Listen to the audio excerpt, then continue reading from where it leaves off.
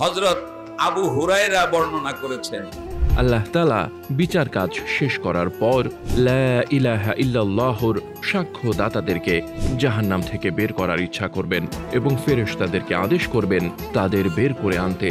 সেজদার চিহ্ন দেখে দেখে ফেরেশতারা তাদেরকে চিনতে পারবেন। আর আল্লাহ তাআলা বনি আদমের সেজদার স্থানগুলোকে জাহান্নামের জন্য হারাম করে দিয়েছেন। ফেরেশতারা তাদেরকে এমত অবস্থায় বের করবে যে তখন তাদের দেহ থাকবে কয়লার মতো। তারপর তাদের দেহে পানি ঢালা হবে, যাকে বলা হয় মাউল হায়াত বা সঞ্জীবনী পানি। সাগরের ঢেউয়ে ভেসে আসা আবর্জনায় যেরূপ উদ্ভিদ জন্মায়, পরে এগুলো যেরূপ সজীব হয়, তারাও সেরূপ সজীব হয়ে যাবে।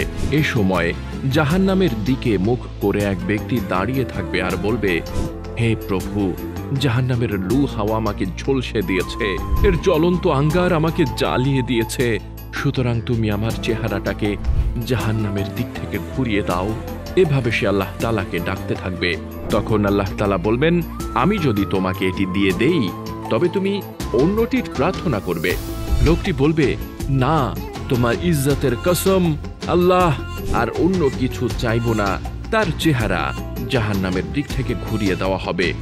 এরপর সে বলবে, হে প্রভু, তুমি আমাকে জান্নাতের দরজার কাছাকাছি করে দাও। আল্লাহ বলবেন, তুমি কি বলনি যে তুমি আমার কাছে আর কিছু চাইবে না? আফসোস তোমার জন্য আদম সন্তান, তুমি কতই না গাদ্দার। সে এইরূপ প্রার্থনা করতে থাকবে।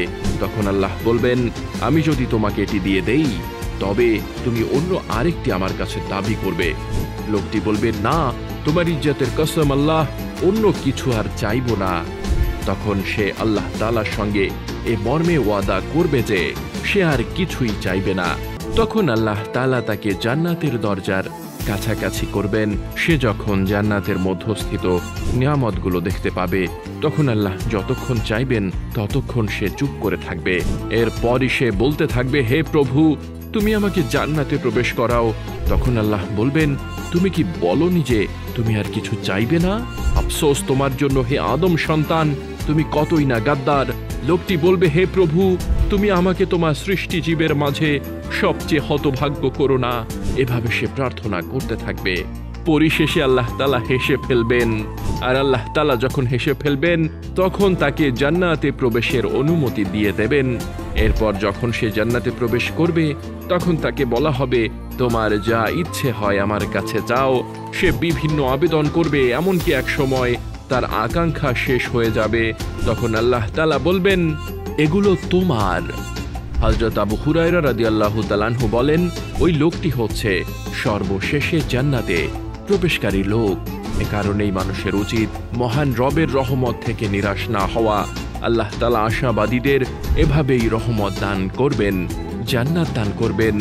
আল্লাহর রহমতের প্রতি একনিষ্ঠ বিশ্বাস থাকলে তিনি দুনিয়া ও পরকালে অসংখ্য নেয়ামতে জীবন পরিপূর্ণ করে দেবেন। সকল বনি আদমের উচিত আল্লাহর রহমতের প্রতি অগাধ আস্থা এবং বিশ্বাস রাখা, আল্লাহর হুকুম আহকাম যথাযথভাবে পালন করা, কোরআন সুন্নাহর আলোকে জীবন গড়ার সর্বাত্মক প্রচেষ্টা করে যাওয়া।